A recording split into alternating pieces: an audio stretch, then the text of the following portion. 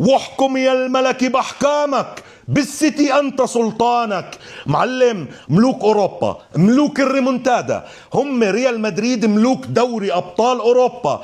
عمي بتبلعنا الأول من بلعك التعادل، بتبلعنا الثاني من ركلة جزاء، عادي يا كبير، عادي، خد راحتك زي ما بدك. بيجيك إبراهيم دياز بقول لك هي التعادل، بعدين بيطلع لك البيلي جول وبقول لك هي الثالث وبلع، هي الثالث وبلع. هدول هم ريال مدريد. مباراة المفروض حرفيا يا اخوان تخلص بنتيجة تاريخية، لانه اليوم الريال امتاع وابداع.